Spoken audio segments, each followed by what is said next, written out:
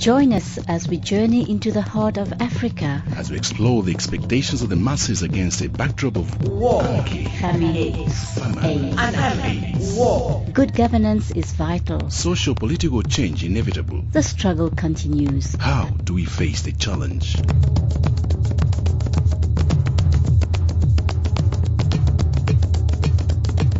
On Channel Africa, every week, we are joined by experts, political analysts and correspondents who will help answer these and many other questions. Tam Tam Express on Channel Africa. An African Odyssey.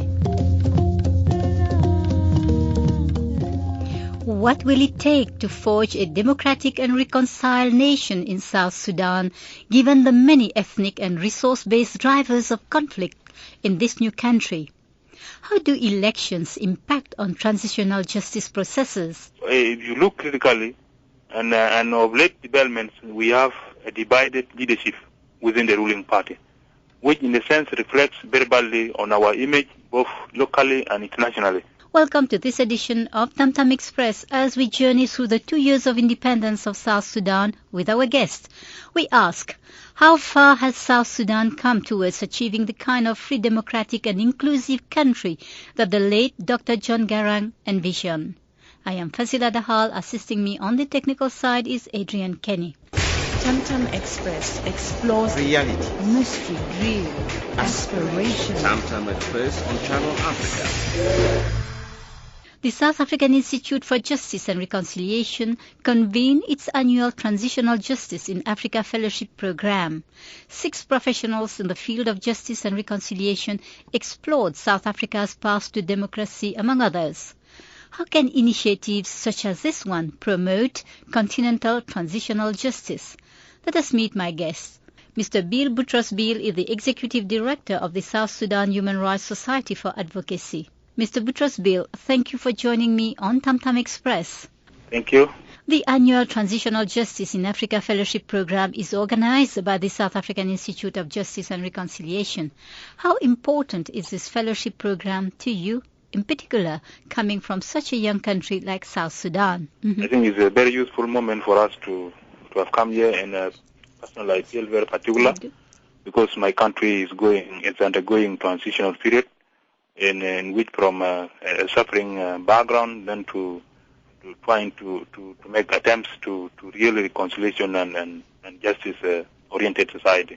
This fellowship is very particular to me because the experiences that I would be able to learn from diverse backgrounds of the participants would enable me to have some inputs and some additional reality to my country. So it's very important. Indeed.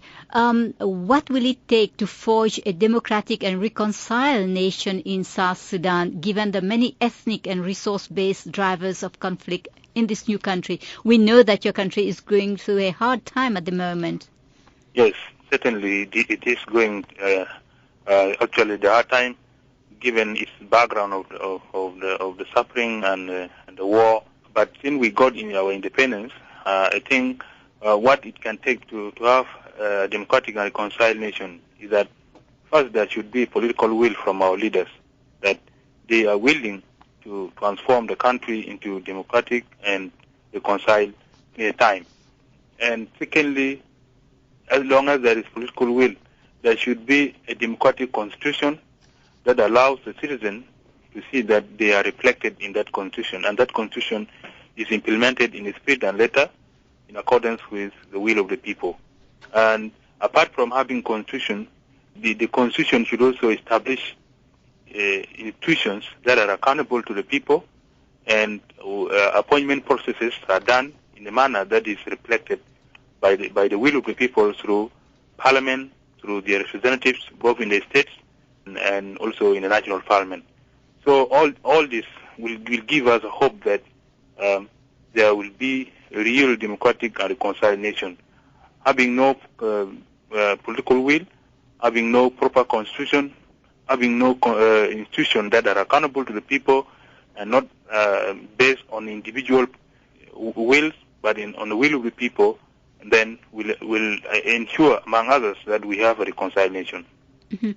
You mentioned the political will a few times now while talking. It seems that is lacking. Yes, it is not there at the moment because as we are talking now, the will of the people is not very much reflected, but is reflected in individuals, in the leaders, which is not the case in a democratic and reconciled governance.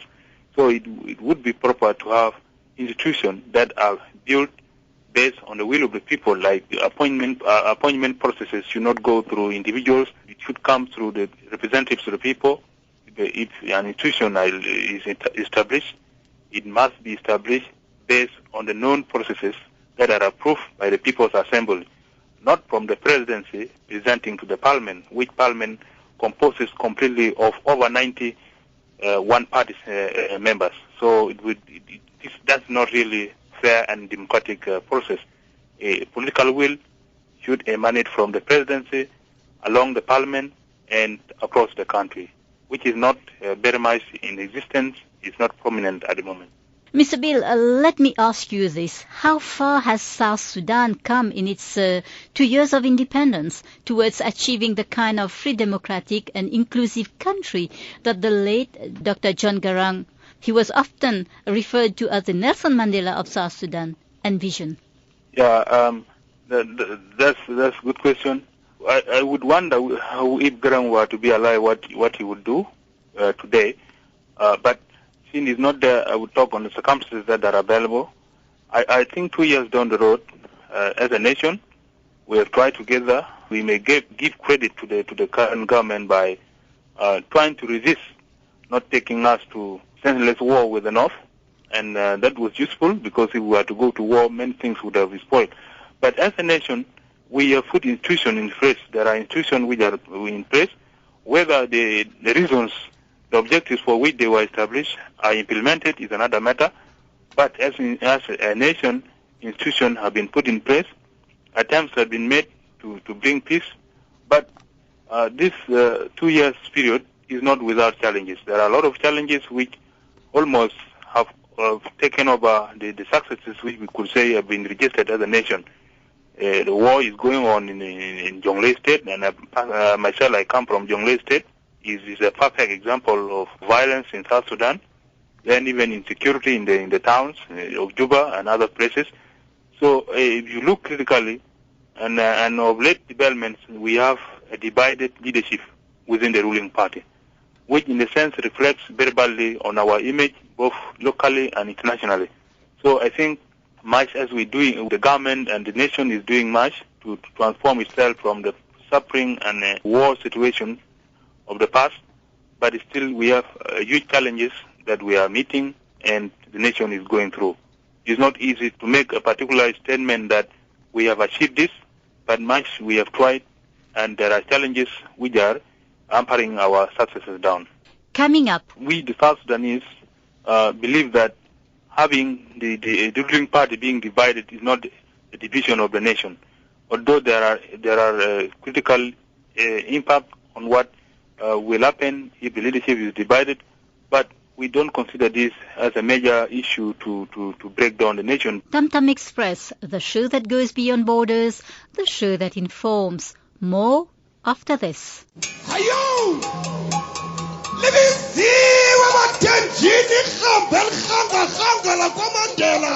A march towards freedom and justice is irreversible. I have spoken about freedom in my lifetime. I'm Emma. I think women should test when they are pregnant because I never tested and my baby is positive and it's so hard to live with a positive child. We are victims not of a colonial power coming from Europe. It's the first time that in Africa the colonialism came from within, and that is the tragedy. We grew up in a country that was very restrictive, and we were never sure whether we could achieve the types of levels that white people were going to achieve very easily simply because of their skin color. What can a 14-year-old girl wish for on Christmas Eve? That morning, they said we must make our wishes. Lauren comes to me and whistled on my ear and said, "Can I ask for a kidney?" I said, "Yes, you can ask for a kidney." Welcome to this edition of Tamtam Express.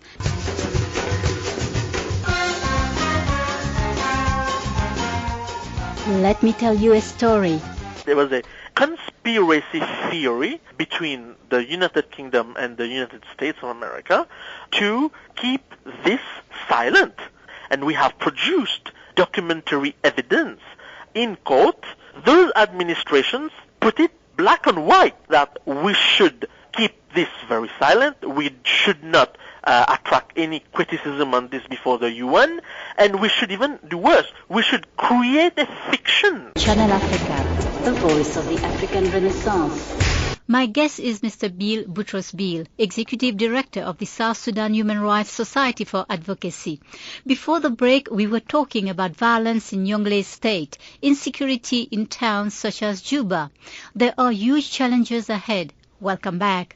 Mr. Bill, there were a lot of aspirations when South Sudan gained independence. But from what you are telling me, with a divided leadership, how will South Sudan navigate the stormy waters? The hope is that we, the South Sudanese, believe that having the ruling party being divided is not a division of the nation.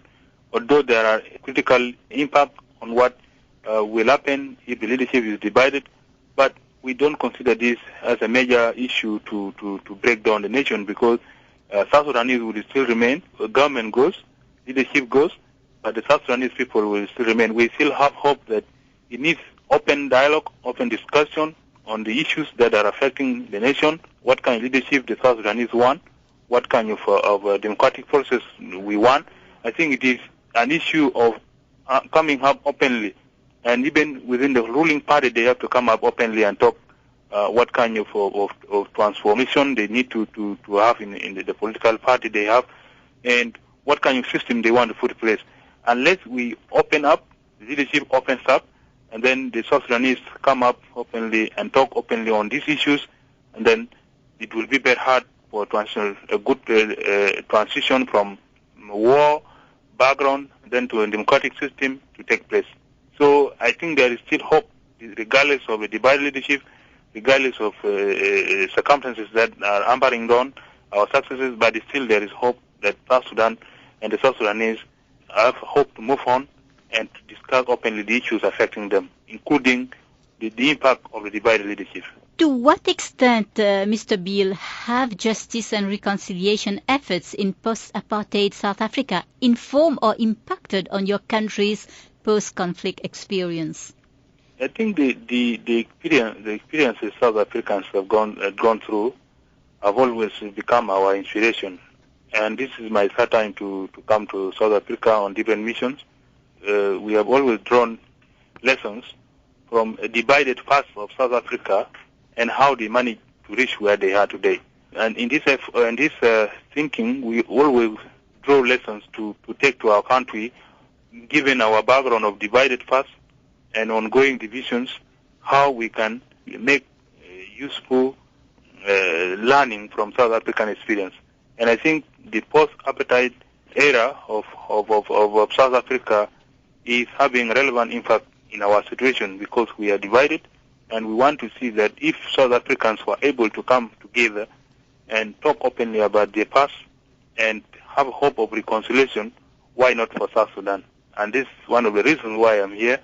We want to gain that experience and have enriched information so that we are able to reflect some realities which have transformed the lives of South Africans into our local realities. Next on Channel Africa. It's quite difficult to marry the two when you talk of reconciliation and at the same time you talk of justice. Tamtam Express, the show that breaks down barriers, the show that informs. More when we come back. Tamtam Express explores reality, mystery, real, aspiration. Tamtam Express on Channel Africa. We are talking to Mr. Bill Boutros-Bill, Executive Director of the South Sudan Human Rights Society for Advocacy. Mr. Bill, how do you feel about the increased use of Truth and Reconciliation Commissions in Africa to deal with human rights violations and crimes against humanity? And do they manage to meet the vast expectations their existence elicits? Yeah, thank you. I think it's quite difficult to marry the two when you talk of reconciliation and at the same time you talk of justice. This is what I've been finding personally very difficult. But we have to come to the reality of the matter that if there is to be a reconciled nation, then also the one way of forgetting the past is to talk about what had happened so that forgiveness is in place. And if we cannot talk about it, you never know what the victim party may feel if we don't talk about it. And then the silence of one party means maybe working hard to get justice. And if we, in my view, we cannot take the two together, demanding for justice and at the same time talking of reconciliation. I think we can talk of reconciliation and open up a plan of talking issues that has affected us in the past, that have victimized our feelings, then we would be able to forgive.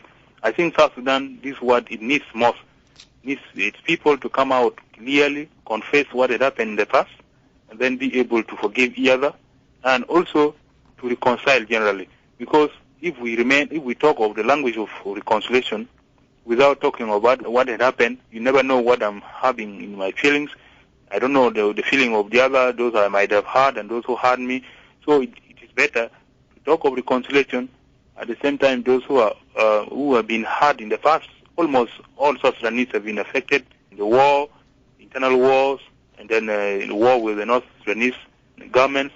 So, in a sense, you need the reconciliation should be in place. At the same time, people have to come out and tell their stories that they are able to forgive, and also they are able to be forgiven. So, unless we talk that way, and it will be very hard for us to talk of justice and reconciliation without thinking that in order to if we live with justice, then there should be open ground to talk these issues. That's how I see it. Mm-hmm. What I gather, Mr. Bill, is that facing, talking, and forgiving are key elements of justice and reconciliation. Yes, these are key elements because my understanding, you can never say that come forward, be taken to the courts for trial, and you would think that justice would be achieved. It is only come forward, forgive and forget, and then you reconcile and we move on. And that's the only thing that can happen.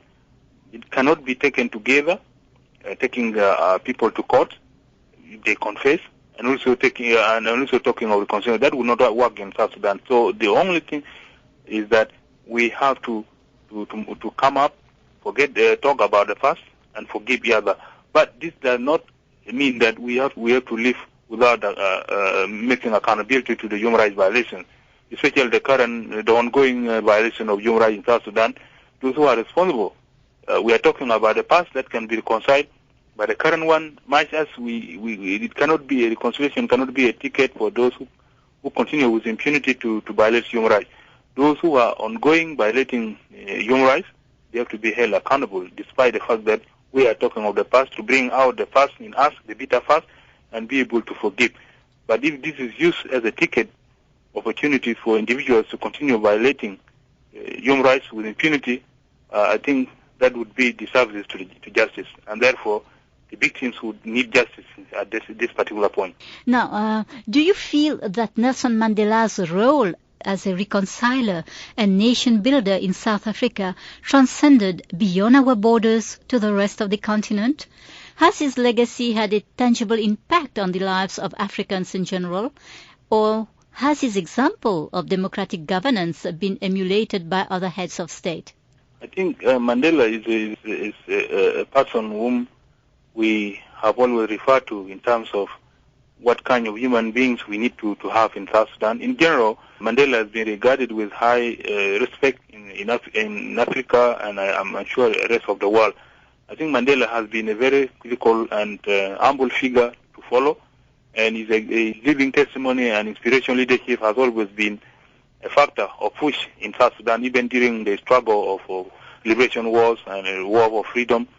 Mandela has been a figure that always influences South Sudanese. If South Africans are done through Mandela, and Mandela was able to unite the country, why not South Sudanese? Now, I think he is a very, very, very influential figure, humble figure. His leadership has great impact in Africa and in South Sudan in particular. He's always regarded, even when he's undergoing critical condition. We, the South Sudanese, we were taking those moments with great respect.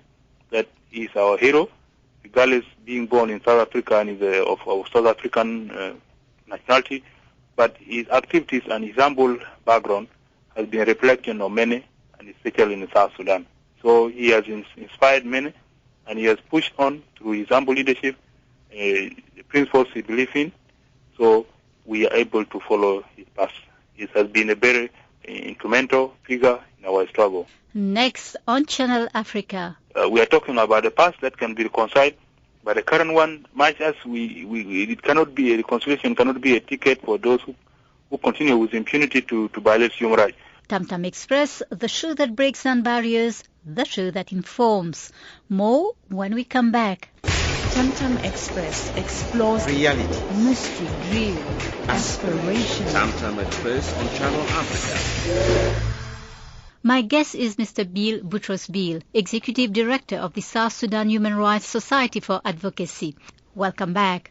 Mr. Bill, how do elections impact on transitional justice processes, and how do we prevent politicians from gaining votes by promising reparations, justice, peace and reconciliation, most of which are rarely realized? Well, it depends on the generally the elections have implications. Normally in Africa, those who are defeated will say they were not free and fair, and those who have won will say they are free and fair. So either way, they have impact, and if they are conducted in a fair manner, then they help transform the society into really democratic governance. And when there is democracy, respect of human rights and rule of law, it will be easy for transitional justice to be in place, and people will be able to reconcile. I think it is very critical that the politicians are observed in a way they use these terminologies and promises, peace and reconciliation. It depends on the personalities. We are seeing those who are promising those issues. We have to judge them by their qualities and their standards, and also their past. We have to see them that they have forgotten the past, and they have transformed themselves into a real promising leaders of the people. Then we would be able to say, okay, these people what they are promising would be true. But it needs to be done in the spirit of reconciliation, because if we talk reparations, and also you talk of justice, peace and reconciliation, these are very, very hard to put together, because reparation would require is one part of justice, and demanding for justice would also require a kind of really punishing the perpetrators, and also giving justice to the victims.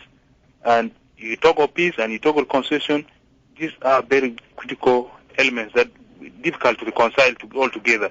But it will require a leader who can talk in the language of truth and reconciliation, and then would be able to say, we are bringing two people together, and then we are giving them hope in terms of talking of their past, and then in terms of forgiving each other, forgiving the bitter past, and in terms of thinking how they could live in peace, both in short term and long term, as long as they continue to live in that country. We are talking to Mr. Bill Boutros-Bill, Executive Director of the South Sudan Human Rights Society for Advocacy. Welcome back. Mr. Boutros-Bill, let's talk about yourself. As you are the Executive Director of the South Sudan Human Rights Society for Advocacy, tell us about your experiences to date. Well, I've been working with this human rights organization, and what we basically do is monitoring the human rights in South Sudan, and we monitor case by case. And this is the hard part, because we have always have problems with those who detain people without any reasons, and especially the national security and the police have given us always hard times in tracing those who have been arrested by them. By law, they are not allowed to arrest, especially national security, but this has been not the issue in South Sudan. So as I talk, there are a lot of challenges. We have people who have disappeared in the hands of whom we believe of the people of national security, personality of national security, and more than 5 people now we cannot trace where they are. So, and we believe strongly that they were picked up by either the military intelligence or the national security. It's a big challenge. The people disappearing without reasons, and those who are detained without a trial. As I talk, we have many people who are there 2 years, going to 3 years without trial. And if our advocacy has been that if they are not charged and they are not found guilty by having not been taken to court, release them. But this has not been a simple thing. The other thing we do is to work on the Constitution. We disseminate Constitution to ensure that people learn the basic human rights enshrined in the Bill of Rights in our Constitution, and also to advocate for good laws, pro-people laws. And this we ensure that by working together with Parliament. But this has not been easy because the laws that we advocate for are hard to be implemented, especially by the executive. That's why we have almost our president is very powerful to the point that he is able to remove elected governors, which the Constitution has given. Is very unpopular provision in the Constitution. Those are the challenges that practically we talk of this, and going to the action which the different stakeholders which are supposed to implement what we are talking about and what has been enshrined in our laws has been hard time. But regardless of all these difficulties, we have always determined that since the space is still not closed up, we have to speak out and ensure that a just society and a democratic and rule of law oriented nation is in place. So that's why we have always spoken up to see that things are done in the spirit and letter of the Constitution. Mm-hmm. Mr. Beale, as the Executive Director of South Sudan Human Rights Society for Advocacy, what are you looking forward to taking away from this experience, and how can initiatives such as this one promote continental transitional justice? I think it is important now. My country, South Sudan, is undergoing an assume. I can say it is an assume because what it will do is yet to be realized. The national reconciliation process led by the Archbishop of Episcopal Church, and deputized by the Bishop of retired of Catholic Church. So we see that having experiences from other countries, especially in Africa, like what we have come here in South Africa for, will be very useful experience to also share with the rest of civil society, with my colleagues in Human Rights Society, and also with members of the national reconciliation by writing our experiences and submit them in a written form, how we would think that this is the experience that South African has, what lesson can we learn from these experiences, and how we can take the one we can fit in our situation and then be able to move forward. So I think learning a lot of issues here to understand what it means actually transitional justice and truth and reconciliation, telling how in fact in the lives of myself and also in the life of my fellow country men and women, and how we move on. So I think it's very important occasion to come and get informed by the rest of the African fellows, and also the staff of Justice Institute for Justice and Reconciliation. I think it's an important moment that we reflect also on personal realities and personal. We have reflection personally that what we can contribute, individual can contribute to the success of transform and reconcile nation. So it is high time that we learn something from this process. Mr. Beale, Boutros Beale, let me remind our listener that you are the Executive Director of the South Sudan Human Rights Society for Advocacy. Thank you so much for joining us on Channel Africa. You're welcome.